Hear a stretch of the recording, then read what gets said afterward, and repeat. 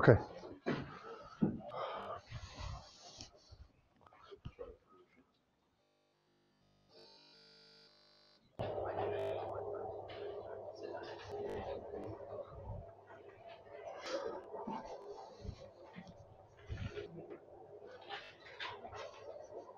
Okay. Hello, everybody. Sixth lecture today of our submodule, second on p-n junctions. So last week we had a look at the ideal p-n junction, and we discussed the JV, the IV characteristic. So today I would like to discuss non-ideal effects that may cause a deviation from that curve with the nice curve, the exponential behavior we had seen last week. And then at the very end, also some applications in general about how we use the p-n junction. One important, actually, there is one important part today that is about the piecewise linear approximation of the p-n junction, but it hints to a more general approach anyway of how we deal with nonlinear components. So let's start with non-ideal effects. So first of all, what do we mean by ideal and non-ideal? Well, we've seen last week the ideal p-n junction, that's how we called it. And we indicated it with this symbol. And we said this is the ideal p-n junction, for which, you remember, we had I equal I0 e to the EV over KT minus 1. And this was the so-called, if you remember, this is the so-called, this derivation that brings to that is the so-called Shockley. I think Shockley is without a C. Well, Shockley equation. Okay. Now, which was the key point of this characteristic is that what we learned is that, remember, I0 is very small. If you remember how it looks like, it's something that is really like that. This is minus I0 here, this constant value in reverse bias. This is I, and this is V.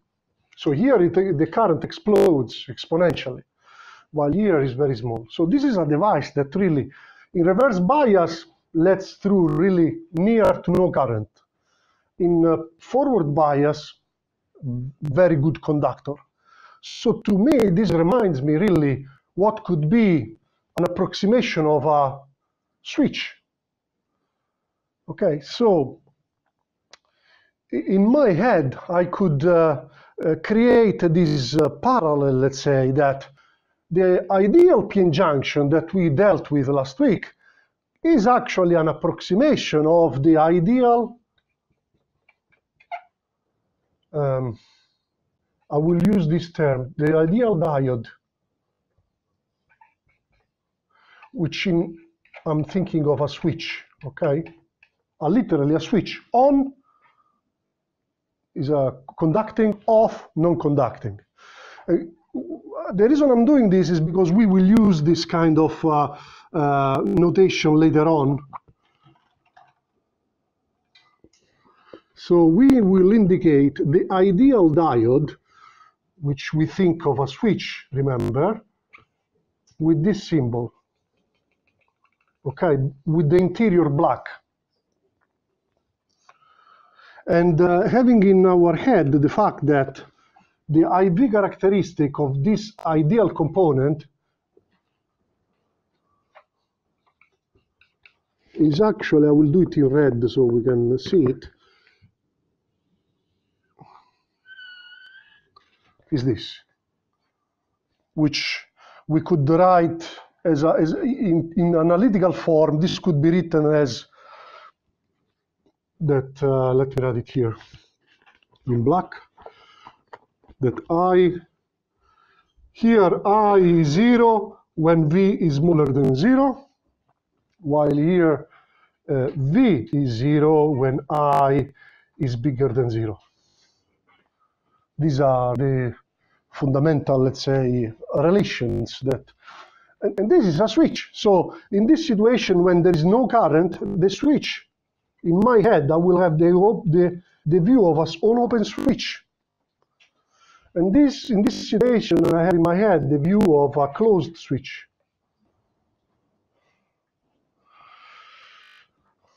So open, closed.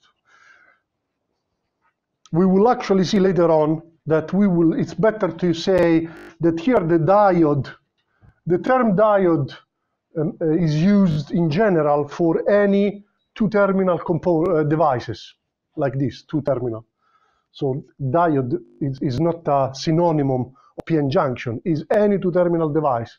So I've chosen this word just because I didn't want to have anything that relates specifically to PN junction. This is a switch in this case. The ideal diode for us is a switch, this switch. And we will actually say, so when we are in this situation, we will say that the diode is on. Well, in this situation, we will say that the diode is off. So just to clarify things that we will use later on. On means that current can pass. Off, that obviously is an open circuit, so nothing can pass. Okay.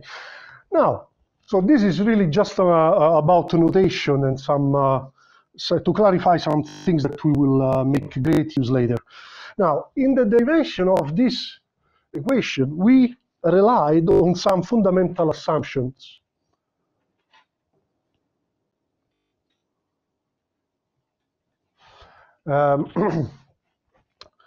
There were two important assumptions. You remember I've listed them the other time. There were two important in deriving this equation. The first one is that no generation recombination has been taken into account. Remember that generation recombination is one fundamental phenomenon taking place in any semiconductor. We've neglected that. And the second thing is that we were working in the so-called low-level injection, if you remember. So if we drop these two assumptions, we should expect some deviations from this nice little formula. And so when we will deal with a real PN junction, which obviously may deviate, as I said, from that, we will actually have also a symbol for that, for the real PN junction, which we will indicate with a red interior.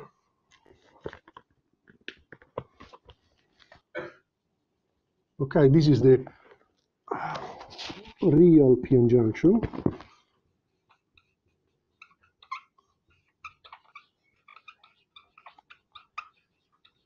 Okay, just so you, also when you go through my notes, you understand the notation. And I've got here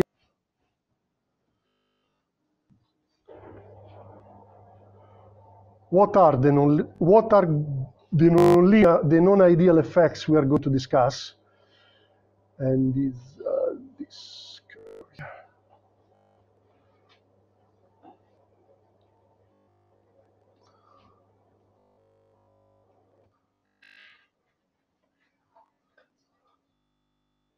What are you trying to do?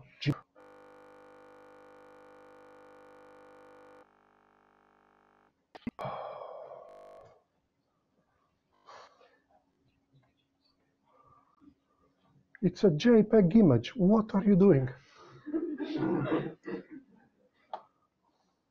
I could write the code right now, plot it.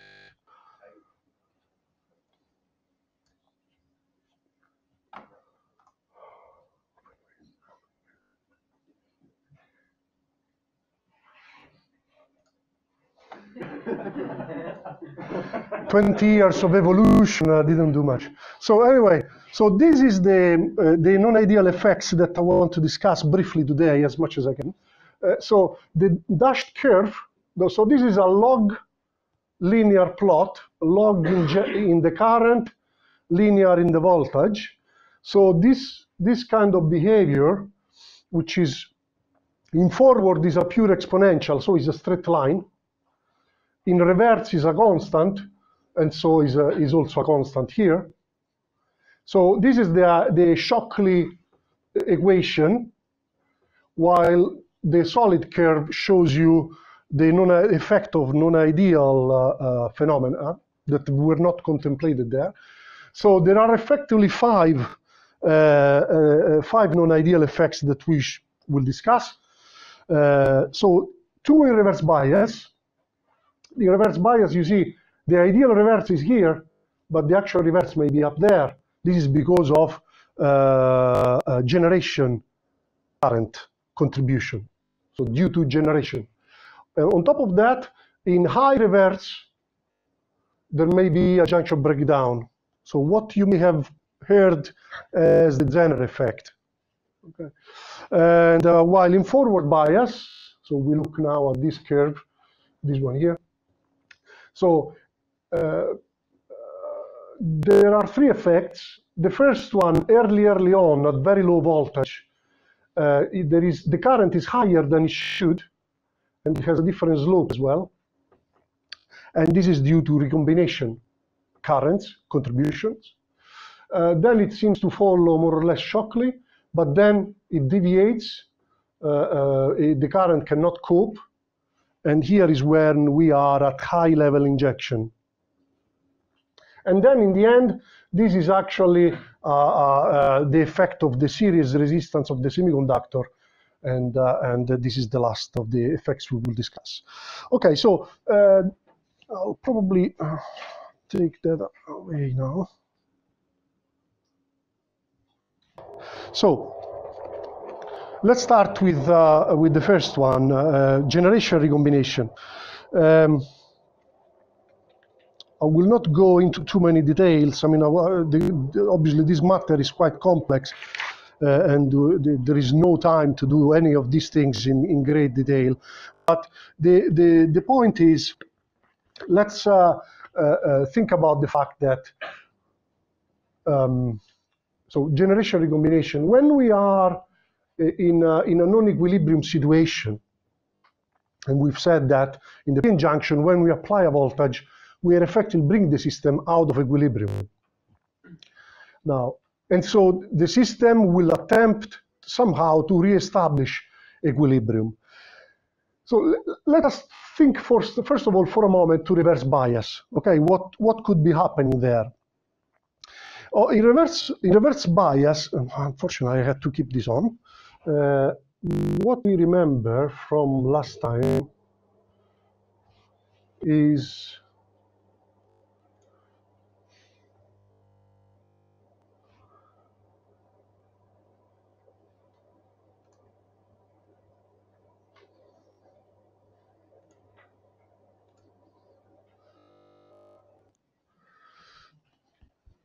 so in reverse bias, so we are looking at this part. This is the plot of the carrier densities versus the position on the p-n junction. This is the p side, and this is the n side. The density of the majority carriers, which are p, and the density of the minority. If you remember in reverse bias, when we were looking at the energy diagram, we did a nice qualitative analysis last time, and we ended up that in reverse bias, conduction is mainly because the minority carriers are those that can move. So minority carriers from the p side can move here, and minority carriers from here can move there. So if minority carriers are moving, already this should let us, think that somehow here the minority carrier density will be depleted a little bit, and that's what this plot is showing us. That the minority carrier density in reverse bias, the actual minority carrier, is below the thermodynamic equilibrium level. So this is to demonstrate that in reverse bias, we are in a situation where, I probably need to remove these things.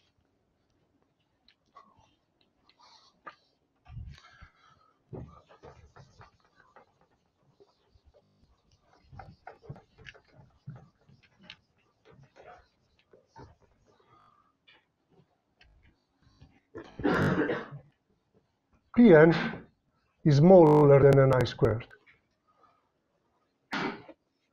And so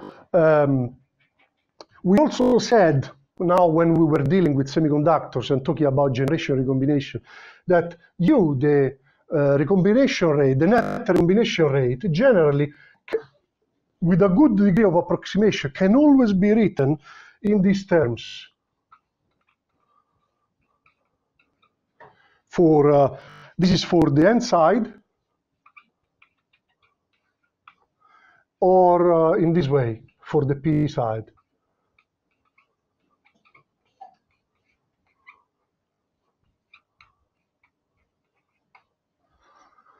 This, regardless of whether, if you remember, we have direct recombination, or so the process is direct or indirect.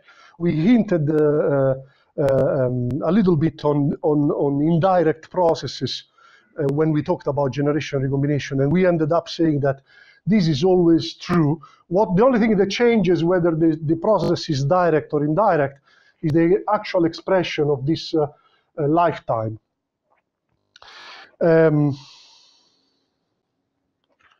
So where am I going now is that.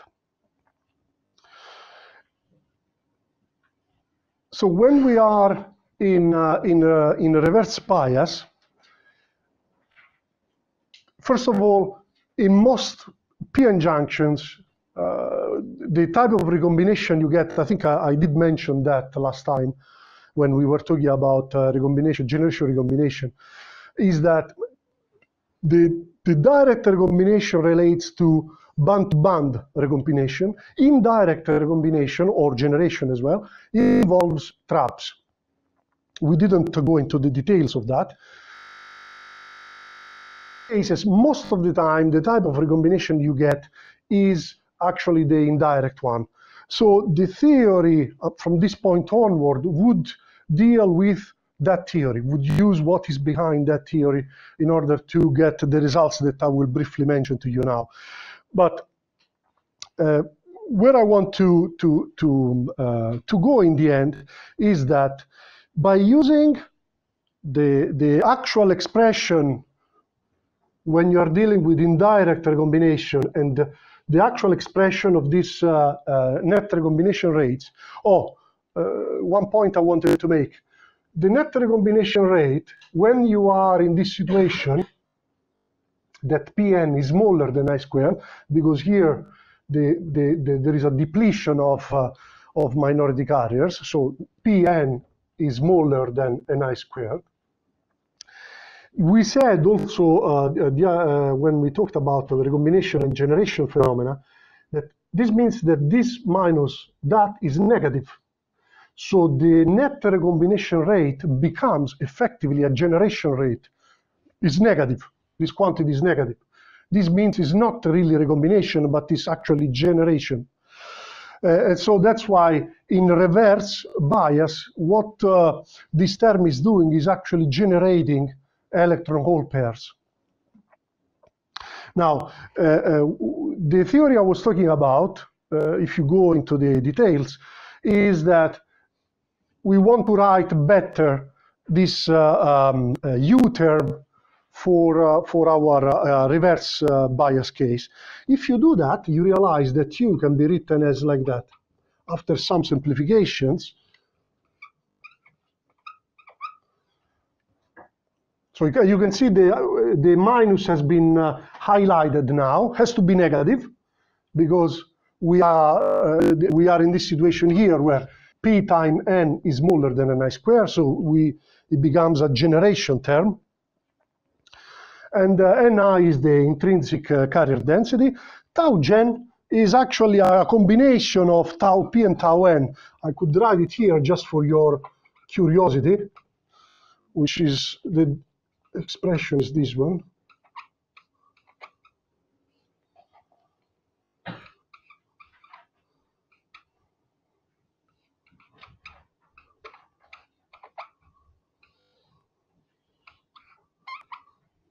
So it's a combination of tau P and tau N, and as you can see, it depends also on the actual densities, P and N. what we conclude from this is that definitely tau gen is much, much bigger than both tau p or tau n, because it depends on one of these two densities is huge. That's the point. And so that's why tau gen is actually very large. So this is the lifetime for generation of electrons hole pairs. Okay, so this is what the theory tells us about the generation recombination process taking place when we are in reverse bias. And then, so we are in reverse bias. Let me draw this here. I will remove this part here. So if I wanted to draw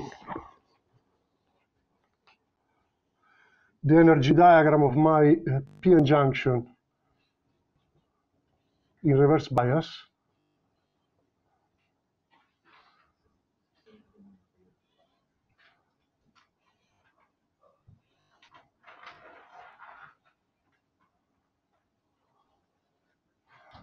so this is the conduction band, valence band, and the Fermi level.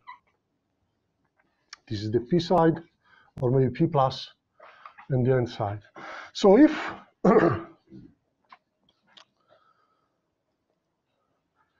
so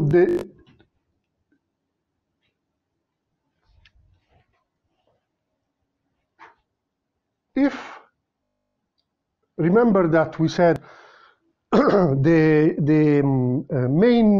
dominant process here probably is related to an indirect recombination phenomenon. So there may be here a trap site. As we said, indirect recombination or generation uses an intermediate step, which is the presence of some trap, some impurity.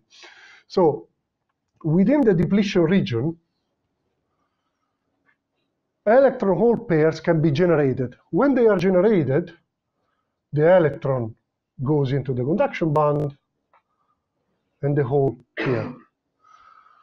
Now, we learned last time that in presence of an electric field, here there is an electric field, as we know, and we can easily identify the direction of the field by the derivative of the of the conduction band or the valence band in this region. So the derivative is negative, the slope here is negative. So this means the component of the field is negative, so the field is directed like that. This is what we indicate, I think, like that last time. The component of the field along X is directed like that anyway. So this means that the electron will move like that, and this will move like that. Now, these are positive charges, so they are moving like that. This corresponds to a current in this direction, isn't it? I will indicate it as J RE. J GE. The same for the electrons. The electrons are going like that. This corresponds to a current like that. So in total, you can see that generation with this rate will cause a current. So I should expect in reverse bias not only a current J0, but also a current JG. You can see that this is going like that, which is the forward current would go like that in a p-n junction. So we understand that J in reverse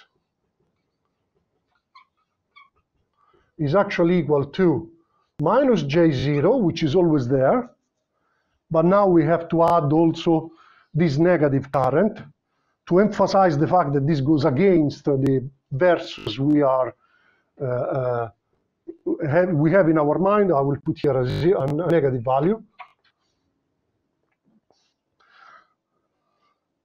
So, and that's why in reverse bias, the current is negative, but actually can be bigger because of the contribution of this generation current. We could try to calculate this current, the generation current, by doing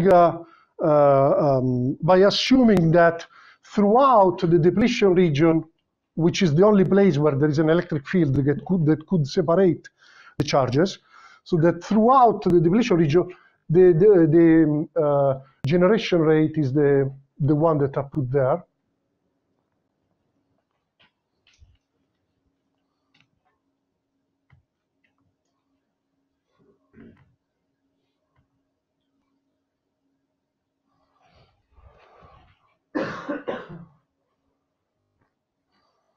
Sorry.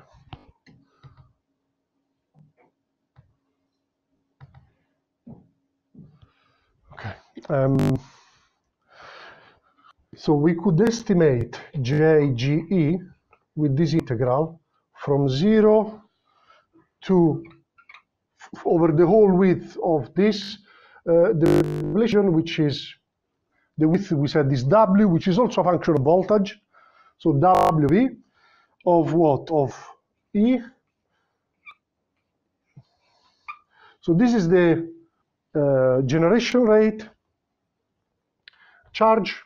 So many charges created per unit volume, per unit second, the charge of each charge, and integrated over distance. This gives a current. And if you do the calculation, you get roughly E and I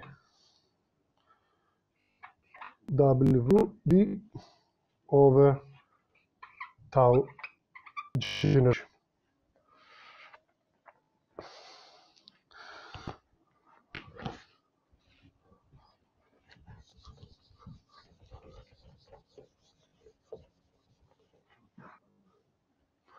And if we now, so we have in the reverse current, we have two terms, J0 and JG.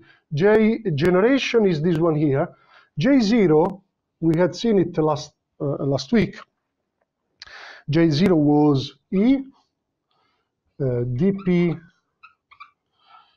Pn0 over Lp plus E dN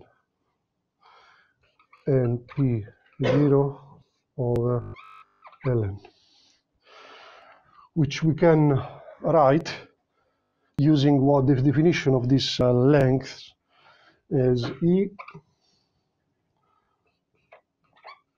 Pn0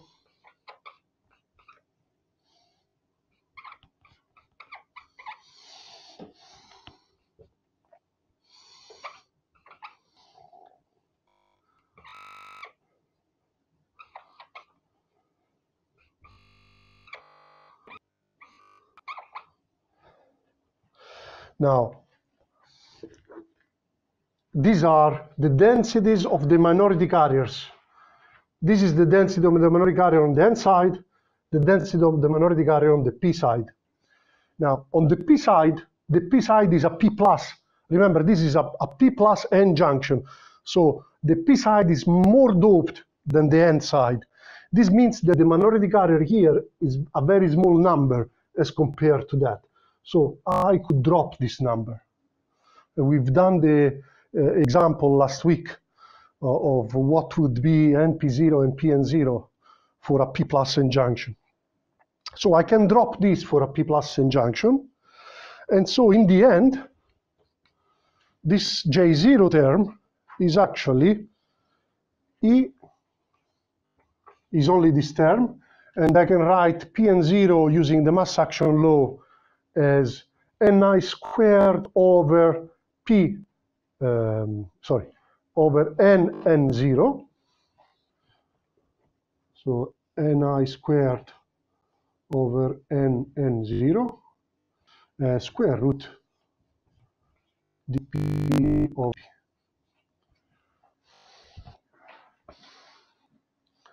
Which, remember, the density, this is the density of the majority carriers on the N side, the density of electrons on the N side, which effectively is the density of donors. This is Nd. So what is interesting here is that J generation is proportional to Ni, and there's also some voltage dependence through W, while J0 is only a function of Ni squared. And so here is the conclusion on J reverse. So I will do it here.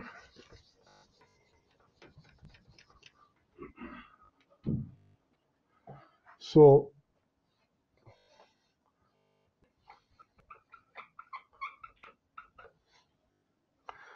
J reverse is made of these two terms, E Ni squared over Nd square root dp over tau p, plus this term here, E Ni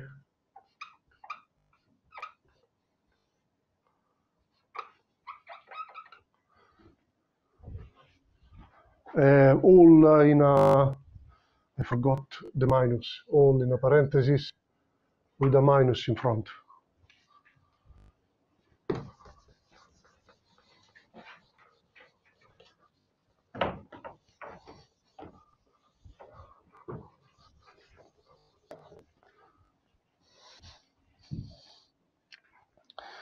And so, I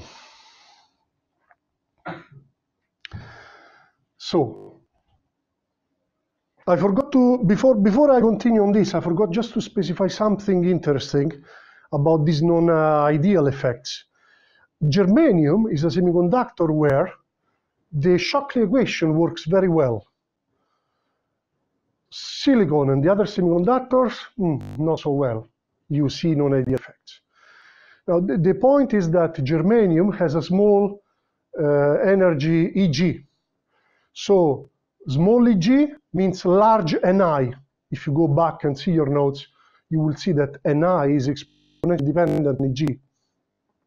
So, the smaller Eg is the larger Ni. And so, you see, for germanium, it's obvious why. So this term is related to J0, remember? This term is related to the generation. It's obvious why for germanium, J0 is the dominant term, because it depends on Ni squared, and Ni is big for germanium. And so this term is never going to play a role for germanium, at least at room temperature.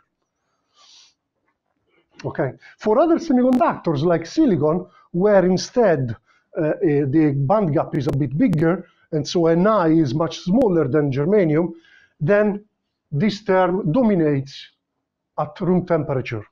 Eventually, if you increase the temperature, remember that Ni depends on temperature.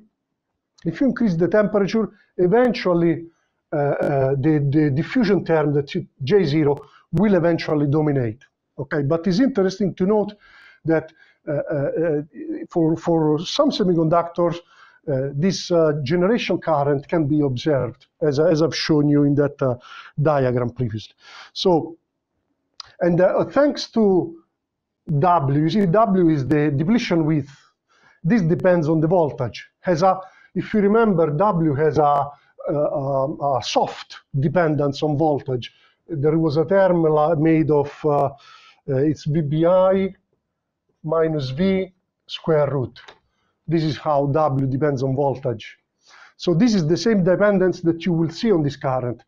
If you go back to that diagram that I've shown you previously, you will see that the generation current is, you see, has a slight voltage dependence, and this comes because of that part, because of W.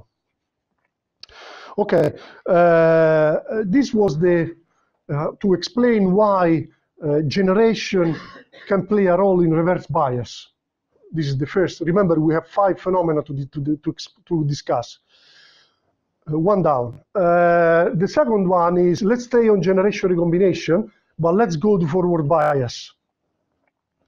So forward bias means, let us contemplate again this picture here, but now the forward bias case. which was this one here.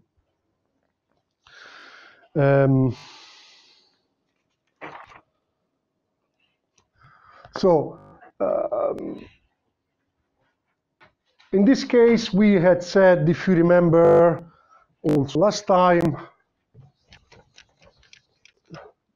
that because of the carriers that in forward bias, in this case specifically, where the voltage between 0 and VBI, it's not too high, the voltage is between 0 and VBI, the conduction we demonstrated is mainly due to diffusion of carriers.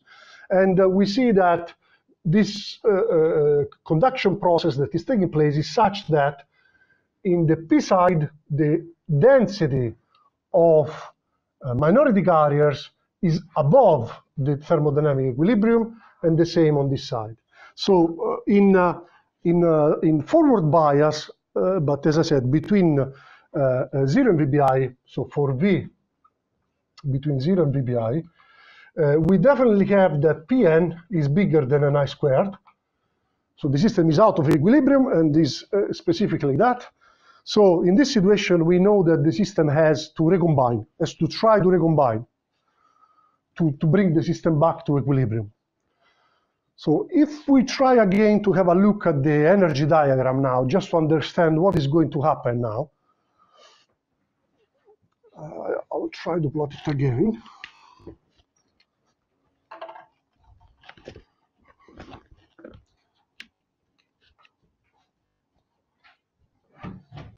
So I need to plot an energy diagram with a voltage applied between 0 and VBI, so not too much.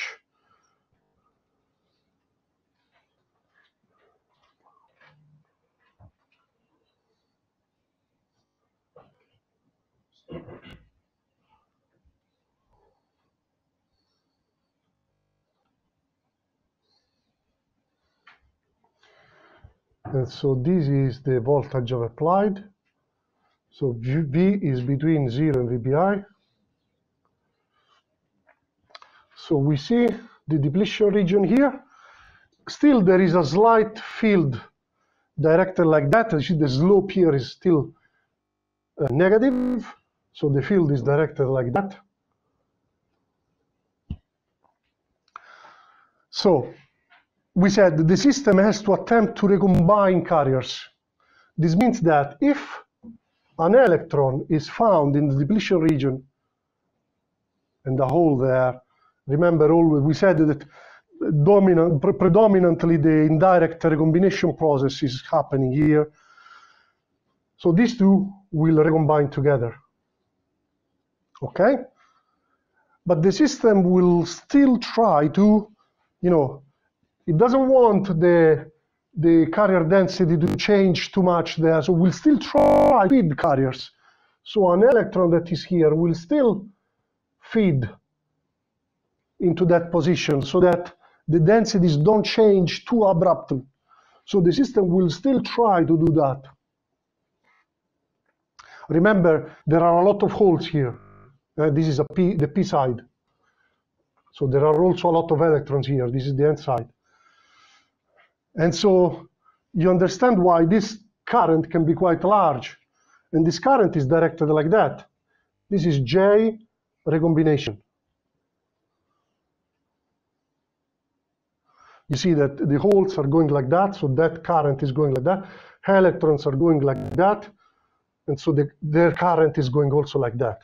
So totally we have a recombination current that goes in the same direction of the forward current that we discussed with the Shockley model.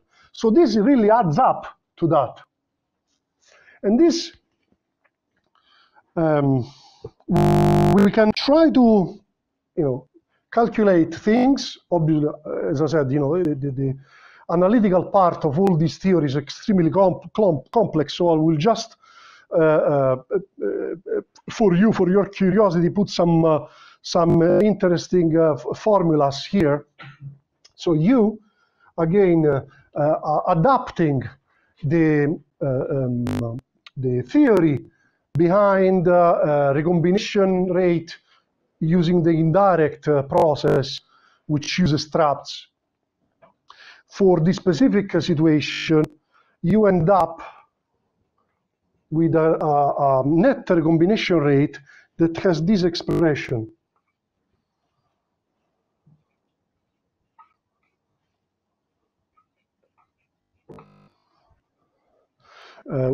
In this approximated solution, let's say, that we are doing, we are assuming that tau p and tau n are the same. We call it tau. And so we can calculate using a similar approach, similar calculation as to the one that we did previously. We could calculate JRE, sorry, RE is small, the recombination current. If you do the calculation, you get E, W, and I over 2 tau. Time, the exponential term,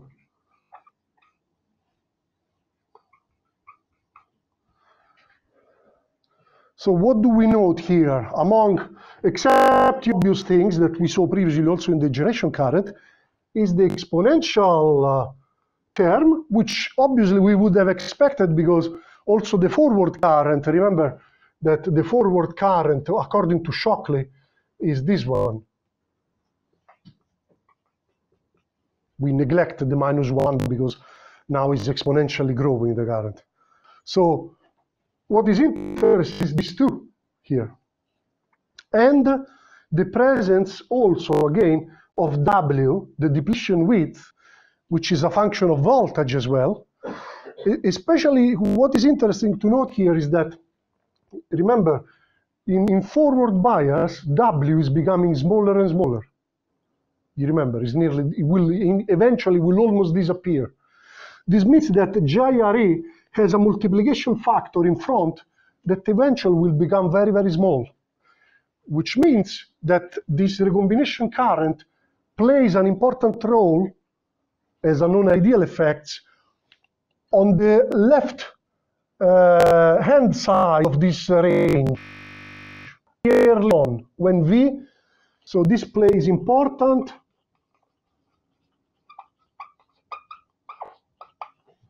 at V roughly close to 0, very early on. And indeed, if you see on the graph with which, the plot with which I had started, the recombination current contribution exists only here, at the very, very beginning. And then it fades away because of W. W disappears, becomes near 0. Now, so really the total J is this term plus this term. So this exponential has a denominator 1 kT, and this is 2 kT. So for those semiconductors like, for example, germanium, this term will always dominate. Again, same story as previously. J0 depends on Ni squared. I'm not going to do again the derivation. What we said previously still holds. J0 was E Ni squared over Nd. So for germanium, again, this term will be the most important because Ni squared dominates over anything that depends on Ni. But for other semiconductors like silicon, this term may be important actually. So this really tells you that at the beginning, at the start of the IV characteristic, depending on the semiconductor you are dealing with, the actual slope, on this log linear plot, the actual slope could deviate from this one here that corresponds to this type of exponential behavior, or could be eventually could be actually this one here, maximum. So which is represented by this line, let's say. If both phenomena, recombination and diffusion, are equally important, you get something in between. That's why I would add it here. In general, people tend to use an experimental, let's say, approach and say that J forward is proportional to E to the EV over eta KT, where eta is called the ideality factor. Ideality factor. So eta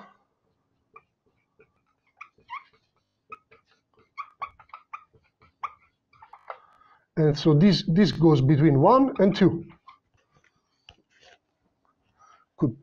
For silicon, I think the general is between 1.5 or so, meaning that both diffusion and recombination can play a role.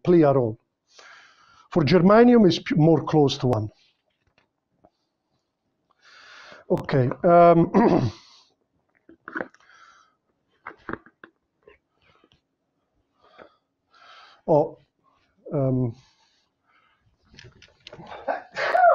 So this recombination contribution, as we said, plays a role we are looking at the range between 0 and VBI of voltages. This plays a role early on, close to 0. Remember that what we are saying, what I said previously in terms of slopes, if you plot here log I and here V, the Shockley equation is a straight line on this plot. This kind of behavior with eta different from 1, so this would be eta equal 1, is the Shockley equation. Eta equal 2 would be half the slope that you see here, because eta is at the denominator there. And so this would be something like that. And then eventually we'll continue with, so so the current, early on, the current VBI would be somewhere here, VBI.